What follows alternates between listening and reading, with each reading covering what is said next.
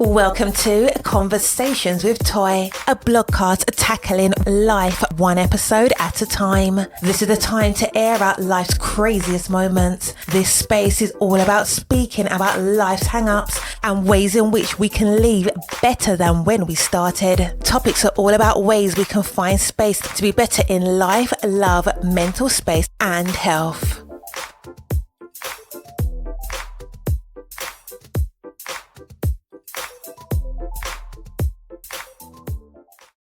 Happy Friday. I hope that you had the most amazing week.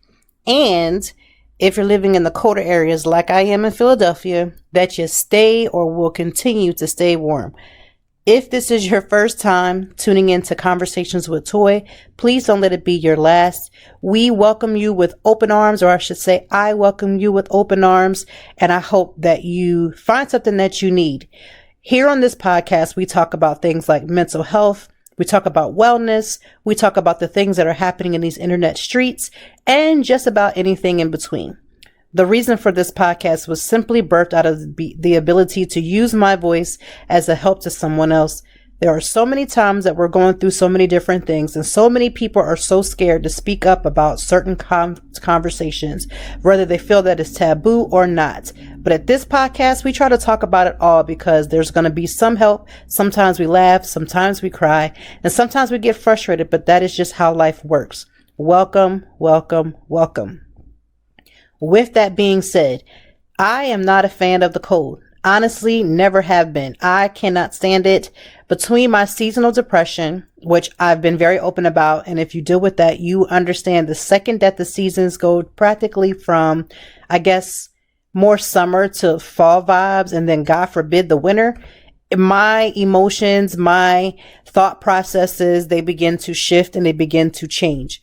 Small things that I try to keep in mind is, one, remembering that this time is going to come and try to find ways to prepare for it.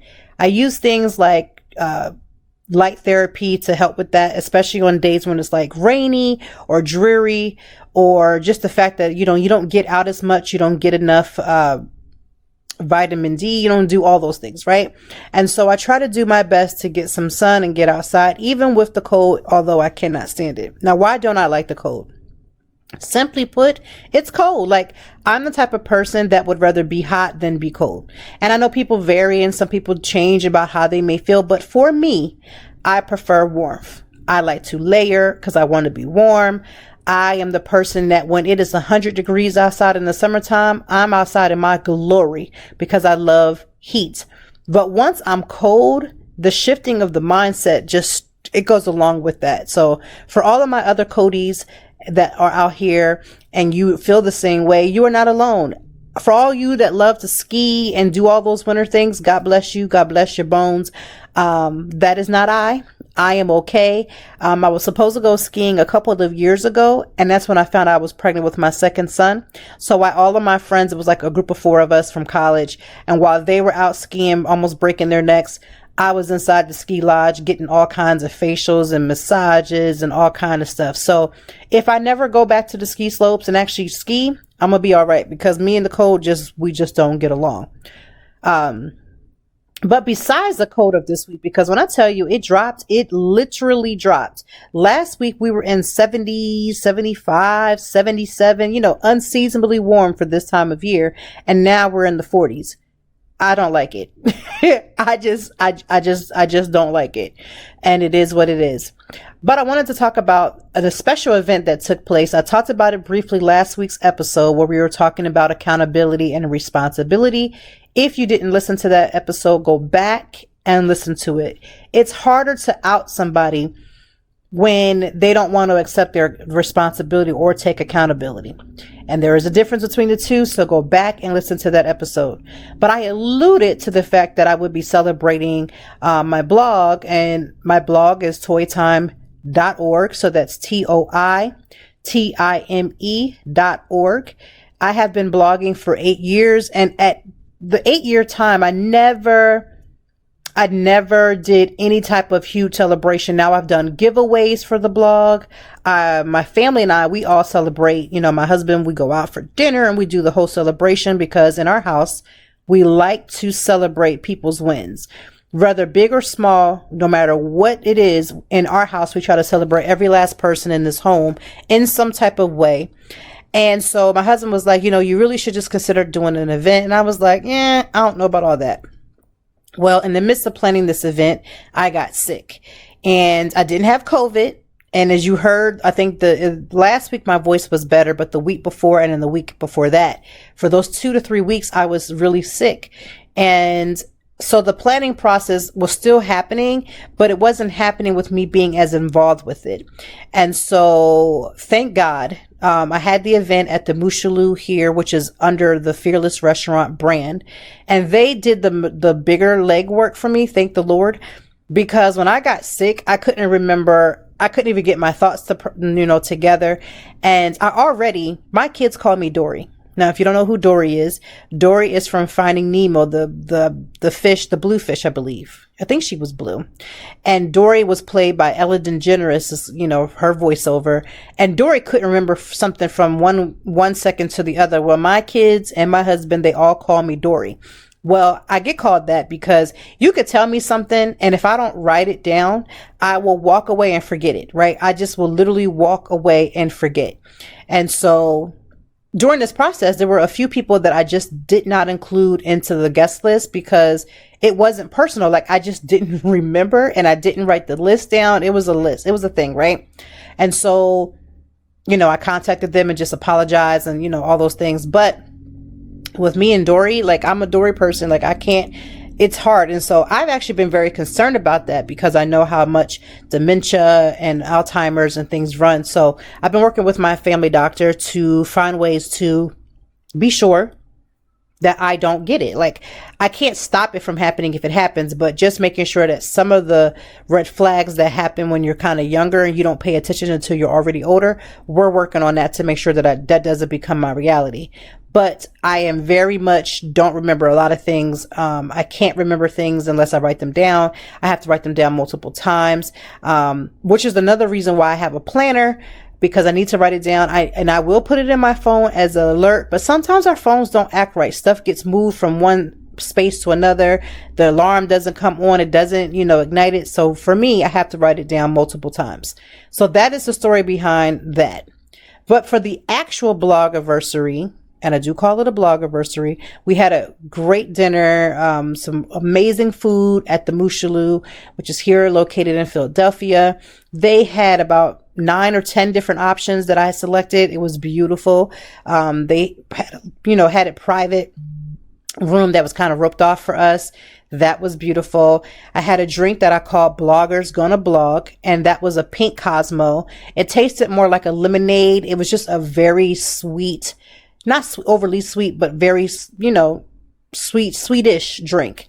And it was amazing. So I'm going to put that as the drink of the day. So we're going to start off with the drink of the day, because sometimes I forget to tell you that. It's called Bloggers is Going to Blog. It's a pink Cosmo. And so I will put the recipe in the show notes. So make sure you click on that so that you can make yourself a Blogger's Gonna Blog. And that was the theme. So that was the original theme of my blog when I started 8 years ago. I told my story at the event, but a lot of people aren't aware. When I first started my blog, I had no laptop. I had a BlackBerry phone, and that's how I did it. Now, if you know anything about, for me, this is just me, when I go and blog from either my phone, which I still sometimes do, or my laptop, it's better for me to, even if I start the blog on my phone, to go back into my laptop to do some of the SEO editing and making sure things are in line and all the things are checkmarked, right? And I use Yoast. For those who are like, well, what are you using? I use Yoast. Yoast will tell me all the things that need to be corrected in the blog, not just for spelling purposes, but literally making sure that it'll be picked up by Google. So it'll give me a grade. And if the grade is not meeting where it needs to meet, it'll tell me the areas to fix. And I didn't have any of that when I first started. All I had was, again, that BlackBerry. And I wasn't even consistent. I had just had a newborn baby, and I was in therapy for my postpartum depression, which I've talked about multiple times on this channel. So if you deal with postpartum or have ever dealt with postpartum or any form of depression or anxiety, please go back and listen to some of those episodes where I really tell it all the way like it is. I don't sugarcoat it because I get it. If you're going through that, the least thing you can have somebody do, the worst thing you can have somebody do is to play around with that.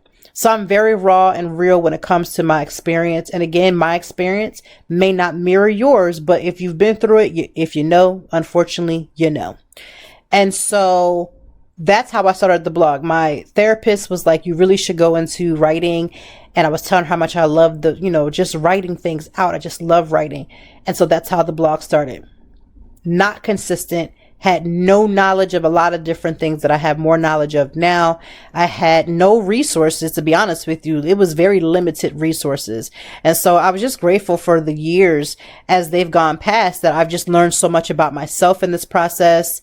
I learned so much about life. I learned so much about the business of blogging, because a lot of people are like, is it really a business? It is, because it takes a lot of your time to get a lot of things done. And, I wasn't always making money, off, or worth the blog and as much as I do now.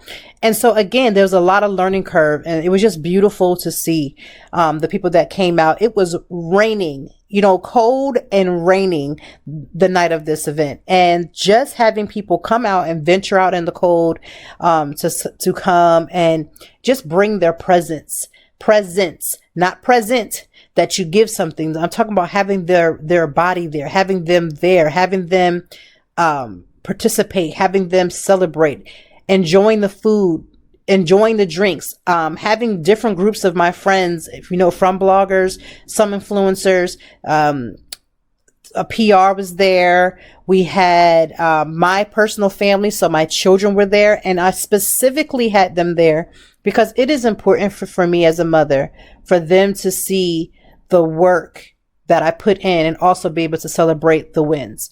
My kids know, or I don't even know. Sometimes I feel like I don't even know if they're aware.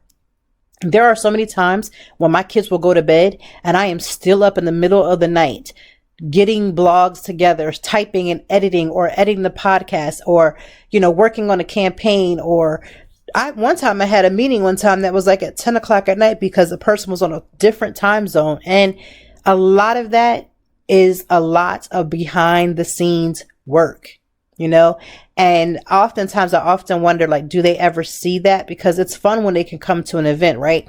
It's fun when I can go take them to a concert. It's fun when I can take them to see, some type of holiday, event, or whatever the case may be, or go to a dinner that's being sponsored, or, them getting outfits or clothes or just different things that they receive from the process of me blogging, right? It's one thing for that, but I always want to make sure that I show them the work that it takes to get there, the consistency that it takes to get there. When other people are just on their cell phones mindfully doing their TikToking, which I'm not saying I don't do, but I'm on there, like, sending out pitches and, emailing back and forth between companies and making sure that my post is correct and that all the things are done. And it's a lot. And I was just so blessed to watch them watch me, and all of us together celebrate as a family. My husband was there. He was the main push. He was like, listen, I want you to go. I want you to, celebrate. Let's do this. And he's been the main push for that. And to have him do that, to push me and to, like, want me to celebrate, he didn't think it, negative to be like, nah, I don't think we should do that or nothing. He came, ready to do whatever was necessary. And he showed up and showed out. I mean, he bought me the most beautiful, and I mean most beautiful bouquet of flowers I have ever received from him. Now, parts of my love language is in receiving of gifts. And my gift, when I think about gifts for myself, I'm thinking I love the receiving of flowers. I usually, for the most part, will get myself flowers once a week because I love the freshness and the beauty of different arrangements. And I love the fact of doing something that makes me feel good. And so flowers is just one of those things that you can get me a flower for any holiday, for any occasion, and I'm going to just swoon. I love flowers, and there's so many of us that do, and we're kind of like, even before I got married, waiting for, Valentine's Day, and you sit at the job, especially when I was single, right? And all these women would get flowers, and you'd be like, oh, I can't wait till I get some. Child, I had to learn a lesson in getting flowers for myself, right? And so what I've noticed, even with being married, is the consistency of me getting flowers for myself. My husband will see it sometimes and be like, he'll just go get, he doesn't tell me I'll get it, but he'll go and bring me flowers. So that saves me a week of having to get them. But the consistency of loving myself and doing the things that make me feel good, not waiting for him to do it, not waiting for somebody else to get it, learning that, I can actually just go ahead and do this. If this is something that I want to do, let's just go ahead and make this happen. And that's a beautiful thing. And I'm grateful for that, because there was many times before where I would be so down because somebody else didn't support,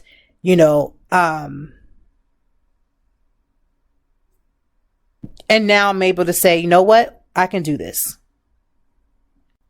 So when you're planning an event, outside of me having my Dory moments, you're going to have people that are going to cancel. You're going to have people that are not going to show, or say they're coming and they don't show. It's just a part of the process. It doesn't matter if you're planning for a birthday party, a wedding, a Blogiversary, dinner with friends. Like, things happen all the time. And so I try not to let those things get to me to the point where it's discouraging, because I just always wonder when people don't get how the canceling process works. And so I'm not a fan. I'm not a fan of, I try not to do it either. And I've had times where I've had to do it. And again, when you're in a situation where you have to cancel last minute, you got to do what you have to do. But I feel like sometimes we don't think about the other side of canceling. And I feel like we need to be better at canceling things far enough in advance.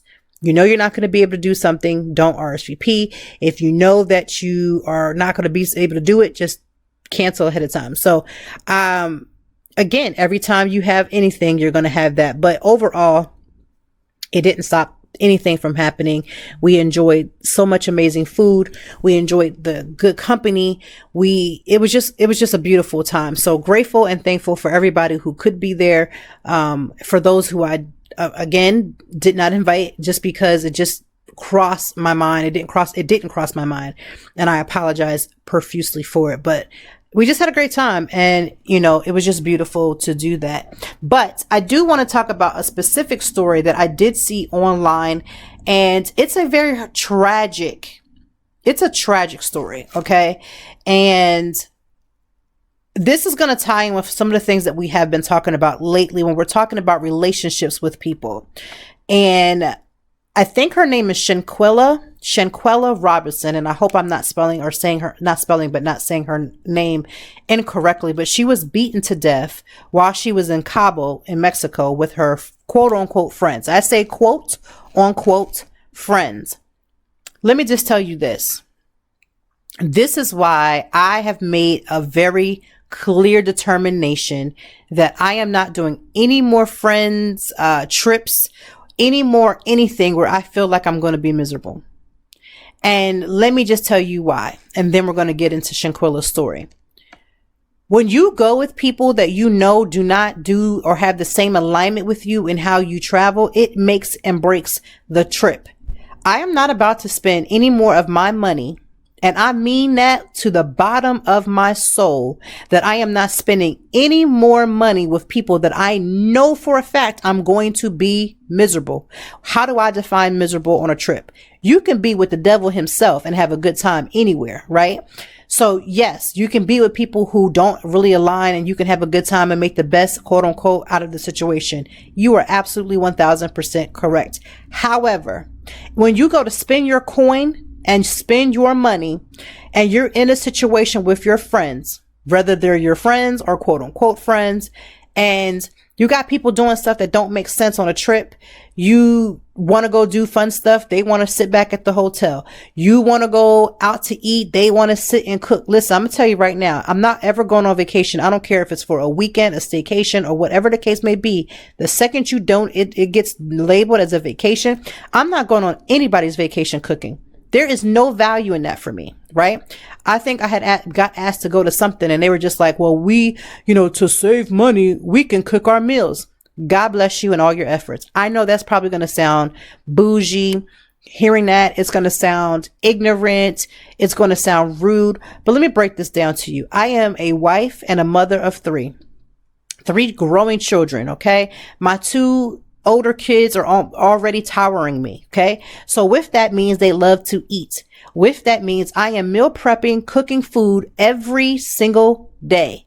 When there is a time in my life when cooking is not a part of my lifestyle, it is on vacation. So I don't care if it's a weekend visit or some type of something. I don't care if we're going on vacation. If you even begin to suggest to me that we're going on vacation and we're going to cook, I'm going to decline you. I'm declining it from the gate. If you want to save your money because you're cutting corners, I understand, right? And you should not be deprived of vacation if you're willing to cook. God bless you.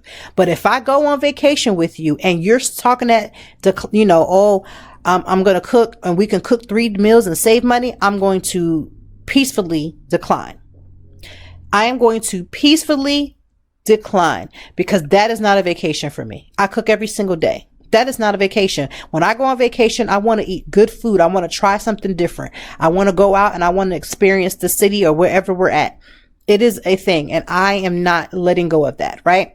And if I do decide to go with someone, they really have to be, and I really have to really love them with all my heart. But I'm telling you right now, you can sit in that house and cook. I am going out to eat. And I know that sounds rude. And no, I'm not paying for you to go out to eat with me. I am going out to eat and you do what's best for your budget and I'm going to do what's best for mine. And this is why I believe in team saving the money, because I want to be able to go on vacation without a worry or concern. When we go on vacation, even as a family, we make sure the money is there so we can do those things, so we can eat those meals, so we can enjoy our time. I'm sorry, but for me, this is just a personal preference. I'm not cooking, right?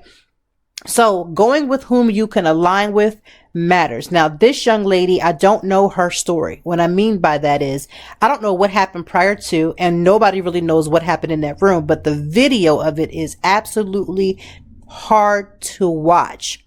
I don't know if she was inebriated, or I believe they say that she might have been drunk, and I don't know what sparked the fight between her and the girl on the video who is literally beating her. And I listen to my core. If you're going to record, you better be recording for the purpose of having evidence. Like, I can't believe this girl is doing whatever. But for me as a friend, and I see one of my friends getting beat in my presence, I don't even think I would have the mindset to record. I don't even know if my mind could even do it. My first thing would be to get each other off of each other, regardless of what the fight might have been about, right? And so I'm watching this supposed friend, I say supposed, go on vacation out of the country in Cabo, and you're beating up your friend who cannot and will not defend herself. Because the gentleman that was recording was like, or somebody in the room shouted out, "You're not going to defend yourself. You're not going to fight." And the young lady who got unfortunately killed said no. It doesn't matter what led up to that moment. We have, again, this goes back to last week's episode about accountability and responsibility. What if she got to Cabo and that girl found out that she had been sleeping with her man? Let me explain this to you. While you beating up the woman, your man is still going to find somebody else to sleep with. So it can't be that. We got to stop that. I would beat the girl. I would beat the brakes off that girl if I found out she was sleeping with my man. Sis, I need you to understand that while you're fighting off this one, there will be another. So unless you plan on fighting all of them, except for, fighting yourself out of the relationship, take a break, right? Take a break. So that can't be it. There's no excuse for me there.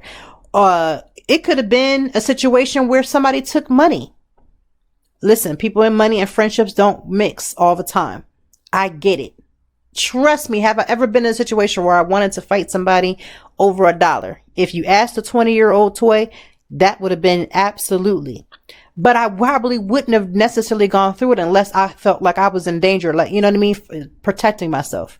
So I just cannot fathom a reason as this supposed friend beating this girl and killing her.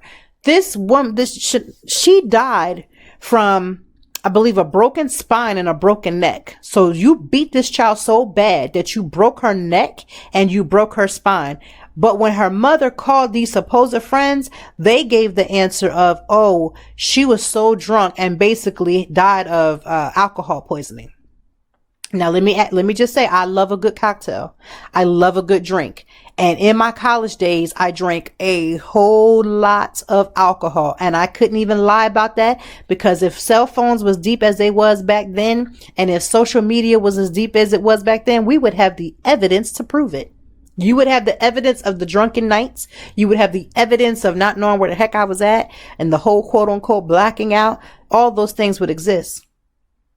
But to tell somebody's parents that this young lady died because of the fact that she was so drunk that she just died from basically too much alcohol, and then knowing in your spirit, your lifestyle, your mind, your body that you killed this young lady, as a mother, I'm getting you for less, first of all. But to lie to my face after I trust my daughter trusted you, which means that I would probably have 5 seconds of trust for you, and you killed my daughter?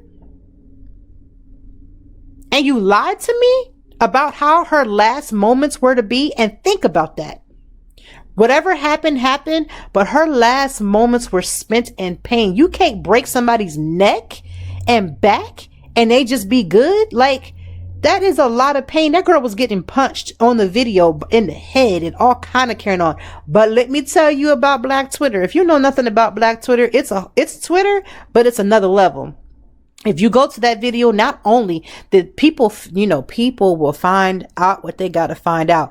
They reversed some of the phone calls. So they found the people that were involved's name, address, phone number, and basically doxed them.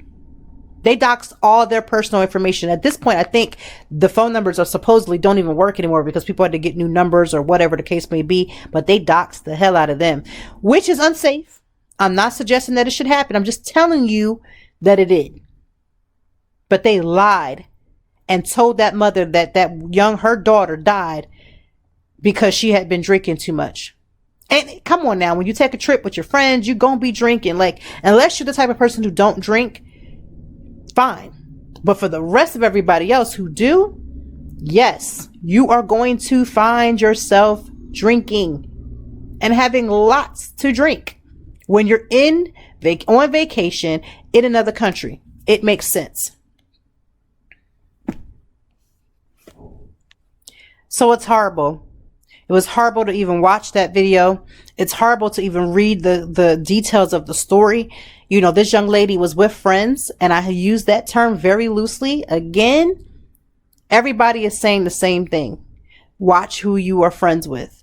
Because I'm going to tell you one thing. There's a lot of friends that could be in your own circle who are jealous of you, jealous of your success, who on paper want to seem like they're supporting you, but in real life, they don't. They want to sabotage you any type of way that they can. They don't want to show up to the things that concern you like they show up for other people. Let me tell you something. I'm learning all the time the valuable lesson of watching how people react to certain situations where I'm concerned, because I have my ear to the ground and my spirit open to the truth.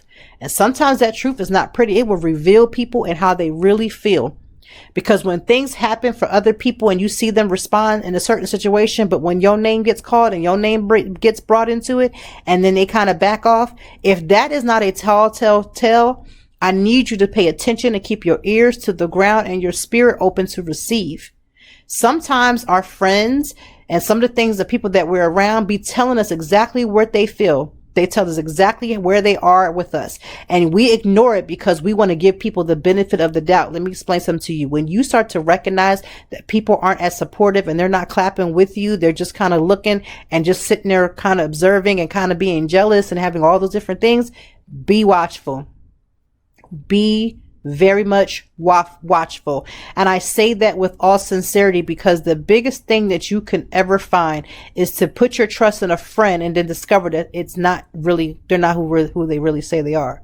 However, like Maya Angelou told us many a times, when somebody shows you who they are, believe them. Stop making excuses for your friends because, well, they had this issue going on, so I can understand why they couldn't support me. Listen, when they want to, they will. Plain and simple. When they want to, they will. Yes, things come up. We understand all those things. But when people want to support you, when people want to be in your corner, when people want to show up where you are concerned, they will do it. Support is an action word. I need you to hear me very clearly. Support is an action word. When I had posted this week about the blog, I had said in my caption, I believe on Facebook, and you can go on there if you would like to see it, on my Toy Time page.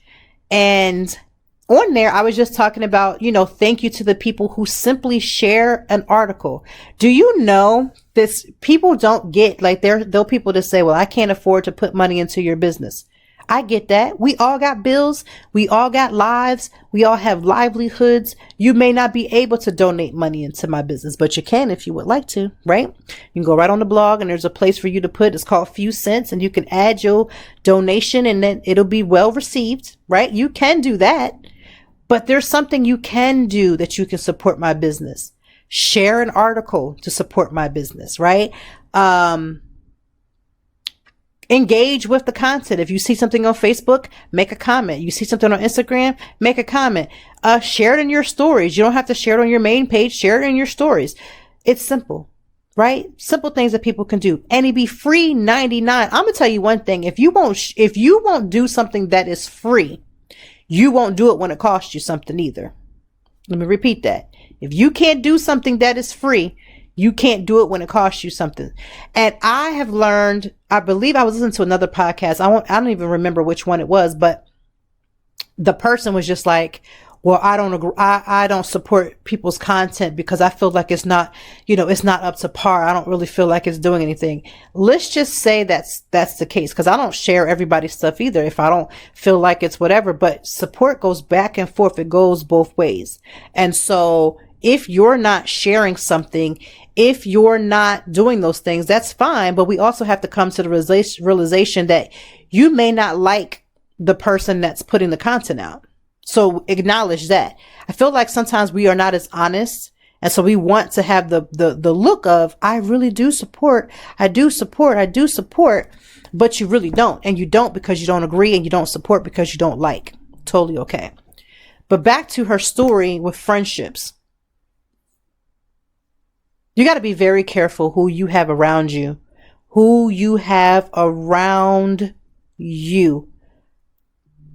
I've gone out of the country with people. I have been friends with people. I have traveled with people. The best way to know where your friendship lies, unfortunately, is going to come in your travel. Do you know that there's even a story on, there's actual mini videos on TikTok, people just going to Simply Miami. Go to Miami with your friends and see if you come out on that. See if you are going to be friends. Because when you travel with someone, you get to see the intimacy of who they are, right? If they snore, you're going to be in the room with them. You're going to notice. If they're not as clean, they don't want to take a shower, you begin to notice. If, when it comes to spending and separating finances, when it comes to trips, it will either make or break the situation. And I think I talked about this a couple weeks ago because it's the truth. Traveling with someone or with a group of people will open your eyes in ways that it will not happen when you're just in the same city. I just want to put that out there. It's the same thing for couples. When couples go on their first trips together, right? You could either be already married, which I hope you've already taken a trip prior to marriage. But if you're dating someone and you go on vacation with them, you kind of see how they do things. If the woman is expecting the man to pay for all the things, you'll see that right off the bat, because that woman has not prepared for the trip, has not saved for the trip, doesn't even bring a lot of money to the trip, because she's just under the assumption without conversations that he'll take care of everything, right? That can make or break a relationship, because you're not willing to have clear conversations about what the financial breakdown is on just this trip. So that's a red flag. A completely red flag if you're not willing to deal with that, if that person is going to be able to separate finances in the marriage, right? And so these are just examples of how this will make or break or separate. Shanquella Robinson, from the pictures that I saw, was a beautiful young lady. And it's a shame. I pray that they, those so-called friends, those frenemies that I've been talking about, because I've been talking about them frenemies on the blog, on the podcast, all kind of stuff, because I've had a couple. And when you discover a frenemy, my God, it is the most hardest betrayal. But let me tell you something about the betrayal of a frenemy. If your spirit is open and you're willing to receive the message, it will hurt you by all means, but it will be something that will also guide you. It will guide you into making better decisions about your friends and being honest about where you truly are. So rest in peace to Shanquella. I pray that justice is definitely in this case, and I pray that these frenemies are brought to full justice and that they are prosecuted to the fullest extent.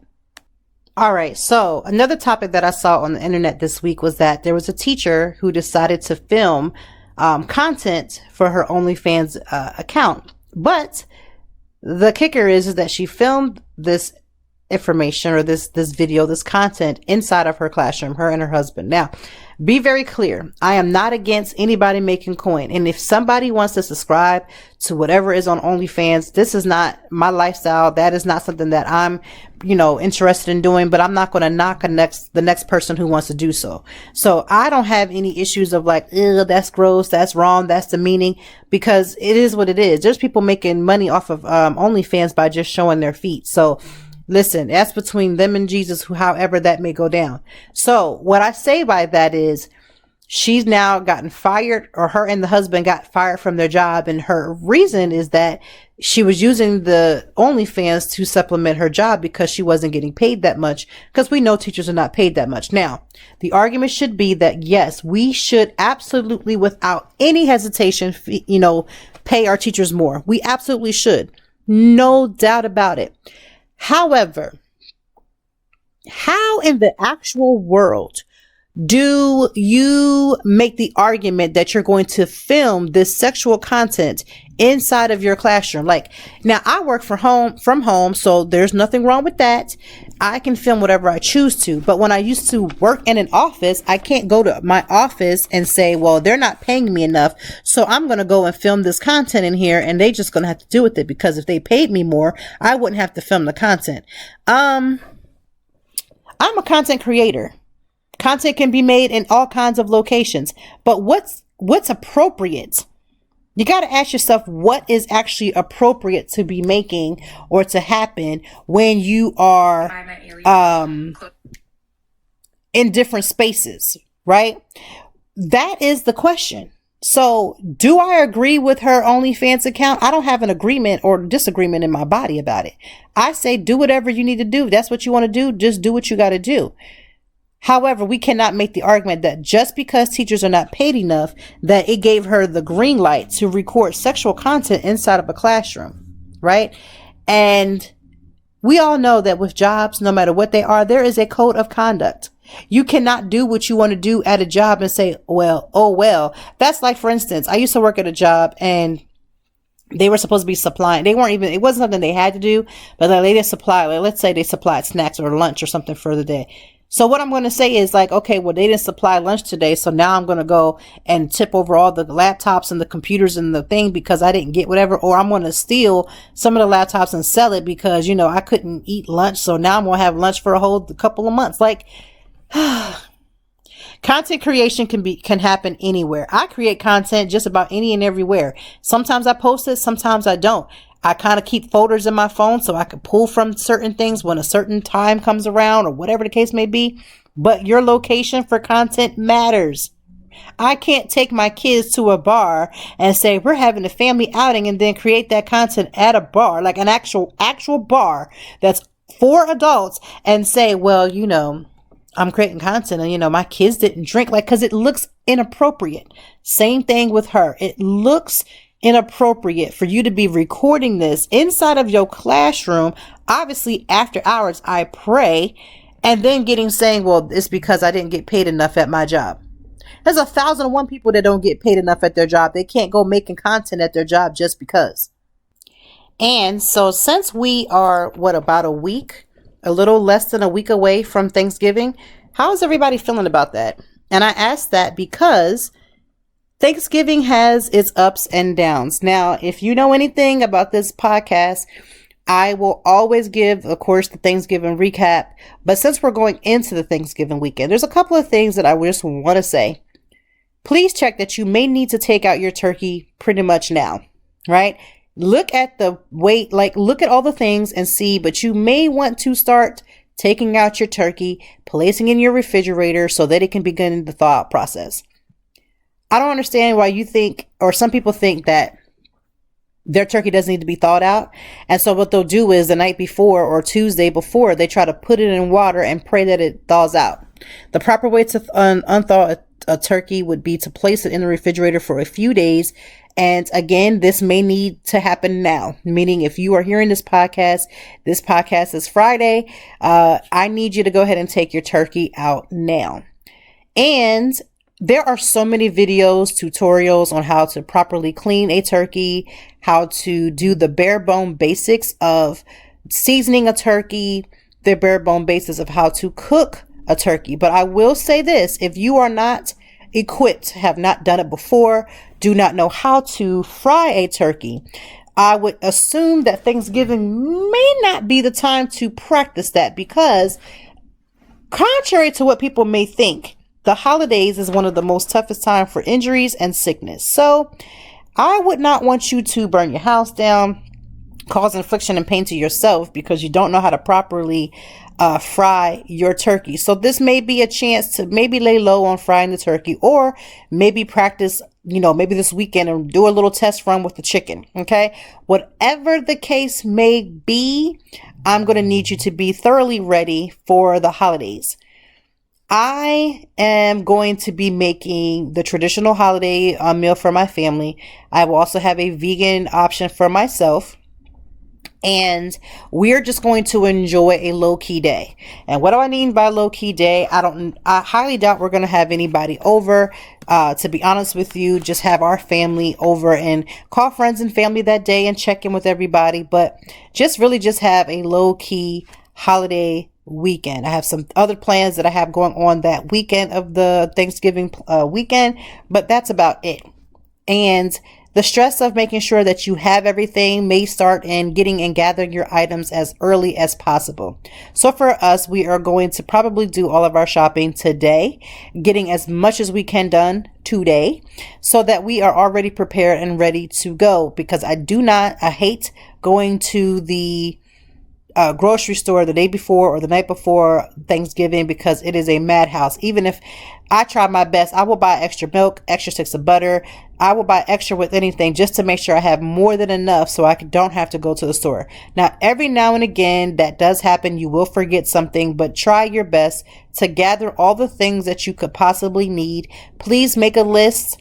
Make a list and check it twice like Santa to make sure you have your ingredients. Start with the side dishes, work your way up to obviously the turkey if you're having one, or the Cornish hen, or whatever you are having. But make sure you write down all of the ingredients that you need. And I would highly suggest, a couple days ago, it was National Clean Out Your Refrigerator Day. I would suggest you go ahead and do that. Clean out your refrigerator, take out all the trays, get rid of that old food. Wipe things down, soak some things, get it all prepped and ready, nice and clean and squeaky so that it's good to go to receive all of the meals. Make sure you grab your baking dishes if you're not using like glassware, the little throwaway ones, they're perfectly fine for Thanksgiving. Make sure you have plenty of foil, because we tend to forget that we need foil as well to wrap these things up. Or you may have dishes or, little cute little dishes to put your food in, whatever it takes. Do you and do what's best for you. There have been times for Thanksgiving where I have done non-traditional Thanksgiving. When my mother-in-law passed away, the first Thanksgiving, we went to her brother's house. And I think, we did like we did any other year. And for us, I still make a meal. I don't care if we are going to someone's house. I'm going to make a meal here at my house too, because I want to be able to eat my own Thanksgiving dinner and have some leftovers as well. And we did that. But we ate our Thanksgiving dinner for breakfast. Like pretty much once it was done, we just sat down and ate. We then decorated the Christmas tree. We went to the movies, and then we went over to the uncle's house and had the traditional dinner. Thanksgiving does not have to look like what my Thanksgiving looks like or somebody else's Thanksgiving looks like. I know people who are doing Friendsgiving because that is their version of Thanksgiving for them. And a lot of that goes with sometimes you may not have the family that you want to celebrate with. This is a hard time for people as they're grieving the loved ones that they wish were here. And in addition to, when you get to eat with your friends for a Friendsgiving, it's because you're choosing the people that you want to be around. Sometimes for families, we don't get to choose. We just have Aunt Jenny that's here, and Aunt Jenny's going to be there getting on everybody's nerves. And we got Grandma Sue that's there, and she's going to be doing things to get on people's nerves. And so we just have to go with the flow with whatever we have. I get that. There are people who can't travel for the holidays because maybe they live in their family lives far away. So having just some friends that they can gather with is soothing for them. Just consider the fact that you don't have to do anything traditional for Thanksgiving. Some people don't even have Thanksgiving food on Thanksgiving Day. They just have a different type of meal, or they have, different theme for that dinner. It's all up to you. What I know people are going to do is make these plates and put these struggle plates on display. Listen, I promise you we all eating the same thing, but we don't necessarily need to see the struggle plates on your main page. I know you're going to still do it because there's nothing I can stop people doing for their social media, especially when it's not costing me nothing. So I get it. I just want to encourage you that we all going to be having sort of the same types of stuff within limitations, right? So get ready for the struggle meals. Do not include me in a group text message unless it's a designated text message, that group that we already actively talk in. Like I have one for my extended family. So my parents, my siblings, their spouses, we're all in a group text together. It's a beautiful thing, right?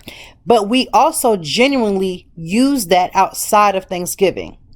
If you are trying to text 20 people that don't know each other just so you can say you sent the Thanksgiving text, don't send it to me.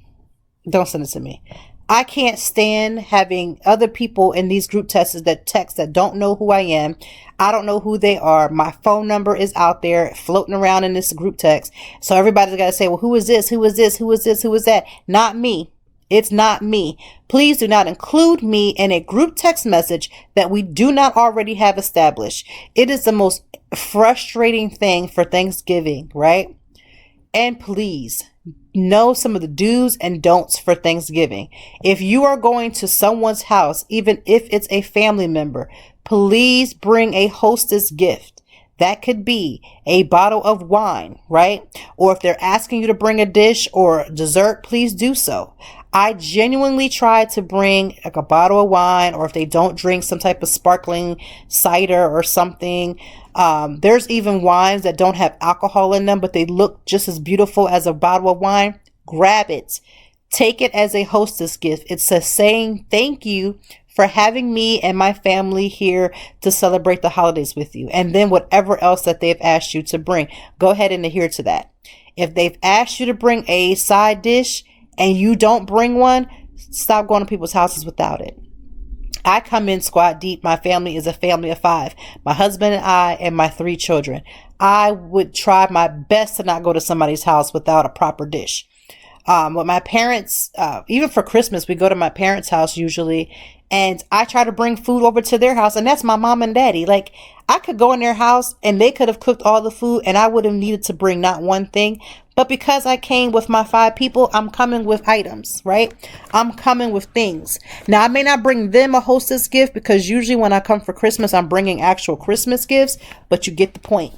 The point is to bring something with you outside of the Tupperware that you have in your bag. Not everybody is team Tupperware. So you should consider and think about if the person or person's home that you're going to is going to be okay with that. If they don't see that as something rude. Some people are finicky. Some people are finicky about that and are just like, no, that's my food. I want it to be left here. Or maybe they only want you to make a plate. I don't know. Also, if you're not a great cook and somebody asks you to bring a side dish, try to pick a side dish that you can cook well, right?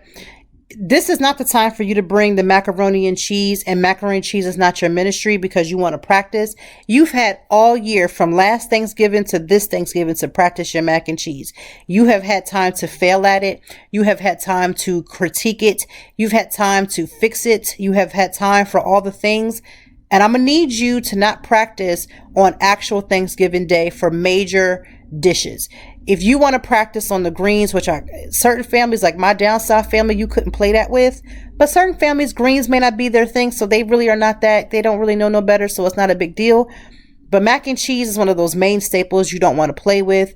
Turkey is not the time to play with. If you're having potato salad, it is not the time to play for Thanksgiving meal. It's just not. I get it. I know, you want to do all the things and you want certain things that look a certain way. And so you're just like, I want to try my hand. I want you to have tried your hand days in advance, weeks in advance, months in advance.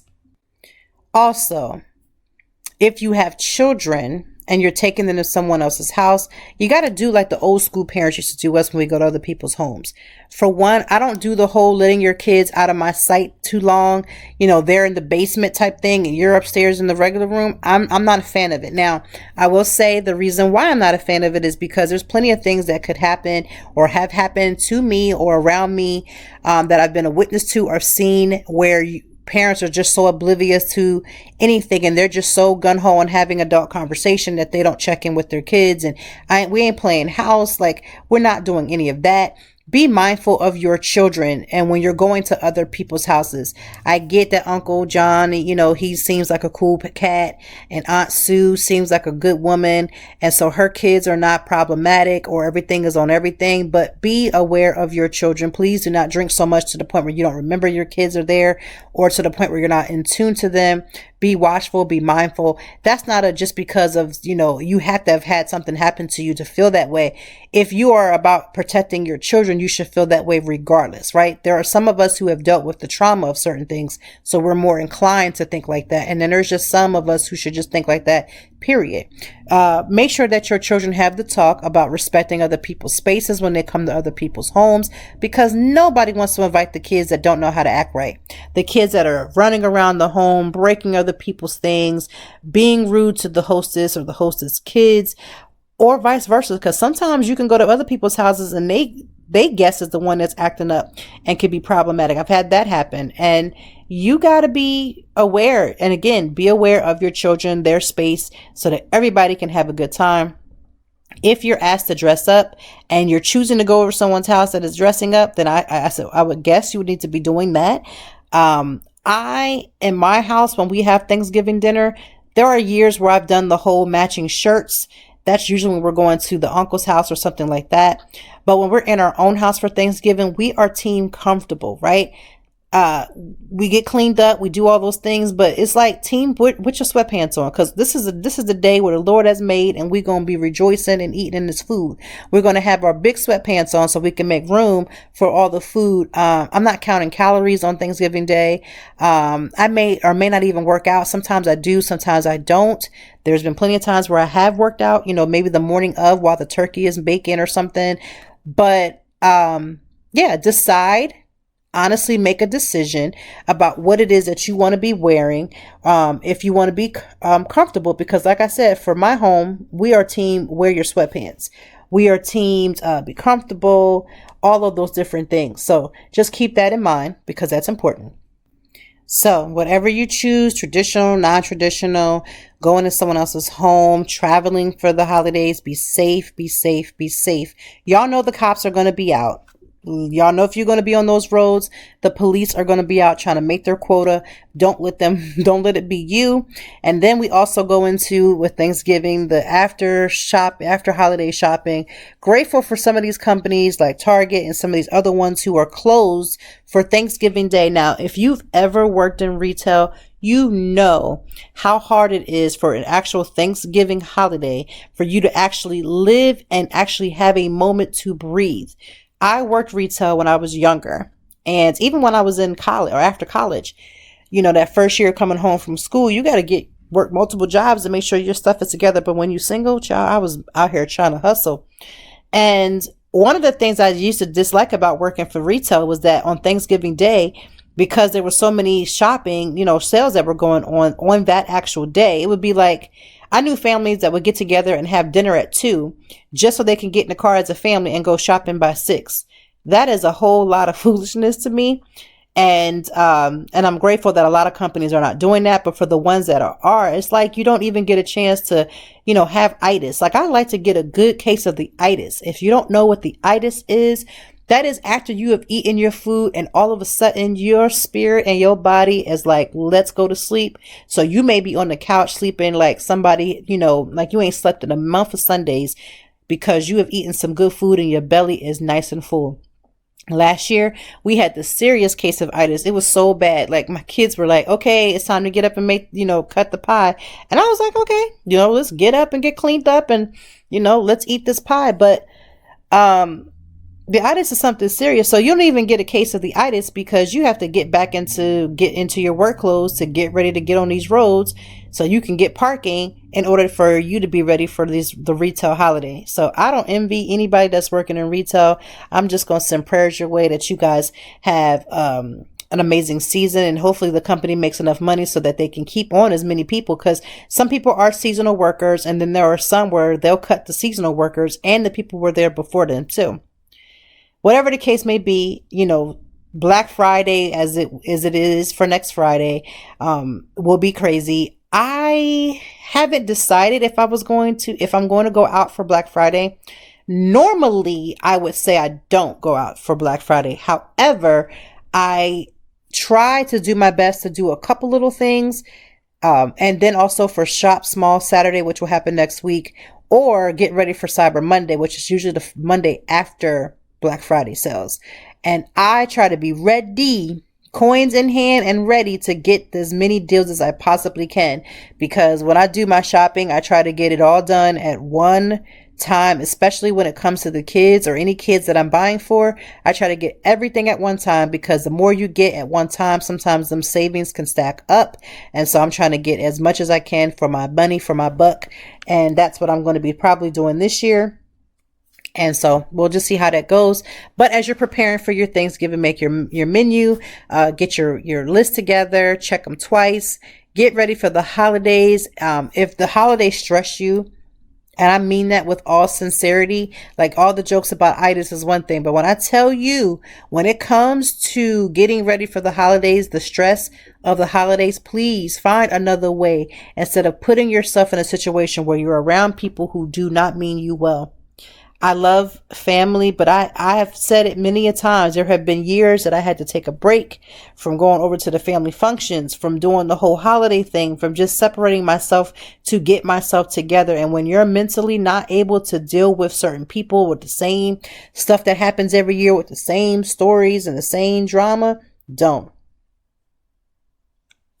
So I would just be very cautious about putting yourself in a situation where, again, you're going to be stressed out for the holidays. There's nothing worse than having your Thanksgiving or any major holiday ruined, ruined by people who just want to ask unnecessary questions. And this is for my old school people who may be listening, right? And young people too, because some of y'all don't learn. Y'all just repeat what the old school people have done in the past. If there is a couple and they are not married yet, stop asking them when you're going to put a ring on it. Stop doing that, especially when you don't have an established relationship with them, because you're putting undue pressure on people for no reason. Second thing, even if that woman has had a child, stop asking her when she will have another one. Or if you believe in your heart that this couple has been married or together for such a long time that they should have children, and you ask, when are you going to have one? Let's not ask that at the table this week or this upcoming week. Stop asking that. Stop asking people when they're going to get in a relationship, because people are trying to maintain their own personal mental health. They don't even have time to entertain bringing somebody else into the fold, right? And when it comes to asking a woman about whether or not she's going to have a baby, you do not know if she has been in a situation where she has been trying and didn't succeed. Or she's gotten pregnant and has lost a child. Or maybe she's had a stillbirth and you don't know nothing about it. I know that's your family and you think you know all, and because we so close, we tell each other every little thing. But I can promise you there's probably been many of times where people have had silent wars in their spirit, or silent struggles that they've had that they did not share that. And so what we're going to do is we're going to try to be less triggering at the holiday table, because you're supposed to be coming there to eat and be jolly and do all those things, and asking personal evasive questions that isn't going to make or break your lifestyle by knowing if they're getting ready to have a baby or not, or knowing when they're going to put a ring on it. It does nothing for you. It doesn't feed you. It doesn't give you nutrients. It doesn't do any of these things. I want us to curtail and bring some of that foolishness back. Stop asking, stop inquiring, stop being nosy, stop doing that. And definitely stop doing it in public forums, meaning you're at the table and everybody's eating and drinking, and then you come asking a personal question because you put somebody on the spot. And I know a lot of old school people are going to say, well, you can't ask nothing. You can't say nothing to these young folks because you say something and they go off. They were saying it back in your day. You just didn't have enough sense, or you weren't able to speak up because that was considered to be disrespectful. Let me explain this to you. I'm going to explain this to you again. Disagreement is not disrespect, and putting a boundary may seem like it's disrespectful, but boundaries are beautiful. There's a beautifulness in boundaries, and we all need them so that we can protect our heart and our mind and our mental health at all times. And if somebody is putting a boundary someplace where you feel it shouldn't be, whether you agree with it or not, you got to respect the boundary. That's not your call. That's not something that you're able to do. Respect people's boundaries and allow people to move in the way that they need to move. Whatever that may be, I need you to respect it. Okay? With that being said, I want you to have the most amazing week next week, and the most amazing weekend this weekend, keeping in mind that we're about to go into the first major holiday of the season. And I pray that you are covered with love as you go into those holidays. Remember, the drink of the day is Bloggers Gonna Blog, and I will be placing that recipe in the show notes. Thank you guys for your support with either the blog. Thank you for the support in this podcast. Y'all have really been showing up and showing out. My numbers are doing some things, and I appreciate it. So thank you for listening to me, listening to the podcast this week, whether you are jogging or folding up laundry like I normally do when I'm listening to podcasts myself. I wish you nothing but the best of days. I hope you have the best weekend. Find some rest and some type of restoration, and we will be back next week with Conversations with Toy. Thank you as always for joining me, and I know that even in the deepest or joyful conversations that there's something we can learn and apply. Until next time, I hope that you are doing better. If not, we will be back to talk some more and handle it. Peace to you and yours. Stay grounded.